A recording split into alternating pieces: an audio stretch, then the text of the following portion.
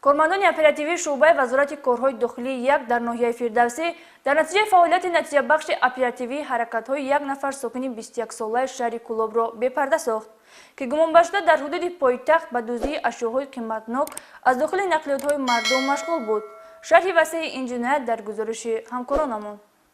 با شکستن شیشه در автомашина مورد دزدی قرار گرفتن واسطه نقلیات وقتهای اخیر بیشتر به نظر رسیده باعث به وجود آمدن تشویش و واکنش های منفی شهروندان و صاحبان واسطه نقلیات و مراجعت آنها به میلیسیا گردیده است. کارمندان مقامات میلیسیای پایتخت در اساس عریضه و مراجعت های شهروندان که автомашина آنها شب سال نو میلادی مورد دزدی قرار گرفته بود، یک قطار چاره‌بین‌های داخلدار اپراتیوی را راه اندازی نموده اخیراً یک نفر را همچون گمانبر برای صادر نمودن سلسله جنایت‌های دزدی دستگیر نمودند. دستگیر شده مهراب دلشاد سال تولدش 2000 استقامت کننده دهه کارز شهر کلاب که قبلا 2 مرتبه برای صادر نمودن جنایت دزدی صادر شده است، باز تکراراً در حالت رسیدگی دست به صادر نمودن جنایت‌های دزدی زده است. چنانچه پیشبرد کارهای تفتیشاتی و پرسش گمانبر معین نمود، نامبرده اساساً شبانه برای شکستن شیشه‌های پهلوی автомашинаها هدف و مقصدهای ناپاک خود را عملی نموده، مبلغ‌های پولی